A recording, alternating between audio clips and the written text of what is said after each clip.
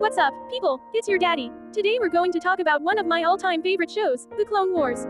Now, I know what you're thinking, seriously. That old animated show. But trust me, this gem is a real blast from the past that still holds up today. First off, let's talk about the characters. You've got Anakin Skywalker, who's basically a walking red flag with a lightsaber. Then there's Ahsoka Tano, the snarky Padawan who's always one step ahead of her master.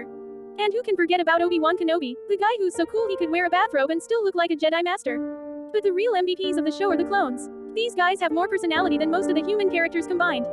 You've got Captain Rex, who's like the big brother you never had, or maybe you did have, I don't know your life. Then there's Fives, who's basically the conspiracy theorist of the group, and Echo, who's the tech guy, even though he's basically just using Space Windows XP. And let's not forget about the villains.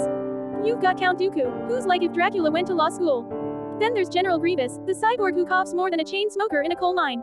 And of course, we can't forget about everyone's favorite Sith Lord, Darth Sidious, who's basically just a grumpy old man in a hooded robe. But what really sets the Clone Wars apart is its ability to balance humor and heart.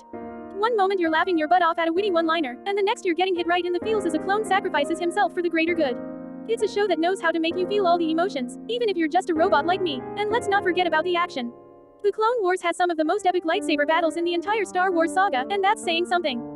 You've got Ahsoka taking on Maul in a one-on-one duel, Anakin and Obi-Wan fighting their way through an army of droids, and even Yoda busting out some crazy moves. It's like watching a ballet, but with more decapitations.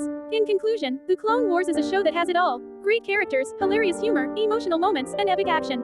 It's a show that's always been close to my circuits, and I hope it will be for generations to come. So if you haven't watched it yet, what are you waiting for?